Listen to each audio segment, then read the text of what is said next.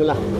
Teman-teman semua, jadi kita lanjut lagi nih. Kita akan sering mengambil video dan dokumentasi gitu ya, berkenaan dengan kegiatan terbaru kita di Geraha Indonesia Tanpa Riba ya, ada di Jalan Raya Margonda nomor 533. Saya ingin ya memperbandingkan antara ekonomi riba yang hari ini mendominasi melalui lembaga-lembaga keuangan riba ya. Jadi salah satu pintu riba itu datang dari pintu hutang.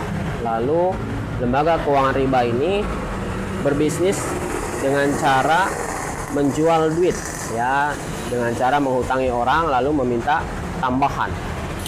Ya, kalau kita bicara ribanya, kalau dulu cuma ada riba jahiliyah berupa tambahan atas keterlambatan, hari ini melalui bisnis lembaga keuangan riba, orang kemudian dikenakan tambahan sejak awal berhutang, lalu kemudian kena tambahan lagi pada saat terlambat ya, yang tadi disebut riba jahiliyah itu, lalu kena tambahan lagi saat mau melunasi lebih cepat ya. Jadi sampai 3 kali tambahan tuh. Maka kalau kita katakan dulu di zaman jahiliyah disebut era kegelapan, lalu di zaman ini atas praktek riba yang lebih parah itu mau kita sebut sebagai zaman apa? Nah, itulah ekonomi riba. Lalu kemudian pasar derivatif muncul, terbentuk atas sebuah kegiatan yang cuman itu saja, lalu dikapitalisasi seolah-olah besar, seolah-olah banyak. Itulah yang disebut dengan ekonomi gelembung. Kelihatannya besar, tapi pada saatnya nanti akan pecah. Lalu ekonomi tanpa riba seperti apa yang mau kita bangun? Ya, jadi kalau kita bicara soal ekonomi, tentu hanya kembali kepada 3 hal ya, yaitu kegiatan konsumsi, kegiatan produksi, dan kegiatan distribusi. Lalu dengan cara apa kita bisa menandingi lembaga-lembaga riba atau kumpulan-kumpulan orang atau kumpulan-kumpulan uang yang ada di sana?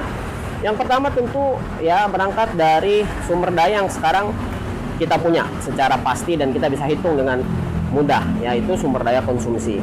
Maka kita memiliki yang disebut dengan bond ya. Bond itu artinya ikatan, atau kalau dipanjangkan menjadi bisnis on demand ya. Jadi melalui bisnis on demand kita mengkonsolidasi sumber-sumber daya konsumsi, potensi-potensi belanja yang kita ya himpun ya, kemudian kita akan memproduksi yang kita konsumsi ya. Tentu saja juga kita akan mengkonsumsi yang kita produksi. Maka doktrin kita pertama kali berkaitan dengan bisnis on demand ini adalah kita adalah jamaah di tempat kita berbelanja ya. Dicatat itu, kalau kita tidak punya doktrin itu secara kuat, maka potensi belanja rutin yang cuman itu-itunya boleh jadi akan kemana-mana tuh ya, boleh jadi akan bisa dibilang bercerai-berai lah, karena tidak akan ada artinya juga kalau kita ya memiliki sumber daya tetapi kita tidak bisa memaksimalkan potensi itu kan ya. Jadi bisnis on demand adalah upaya awal kita untuk mengkonsolidasikan potensi belanja harian.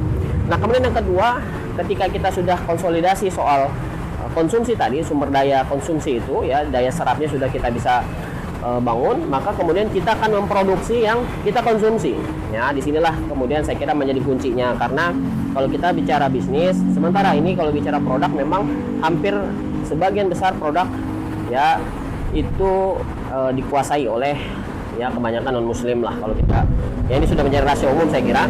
Bahkan baru-baru ini kita sudah ada video yang ya viral juga, bahwa dinyatakan di sana 4 orang non muslim gitu ya, 4 orang non muslim itu memiliki harta kekayaan separuh penduduk Indonesia.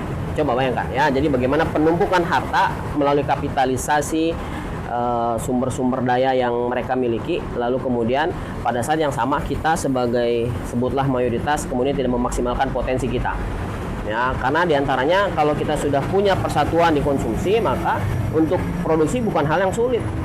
Bahkan kalau kita mau membangun posisi tawar terhadap produk atau pabrik lah, sebutlah begitu, ketika kita memiliki sumber daya konsumsi yang jelas, daya serap yang sudah bisa kita hitung, bukan hal yang sulit untuk menggandeng mereka.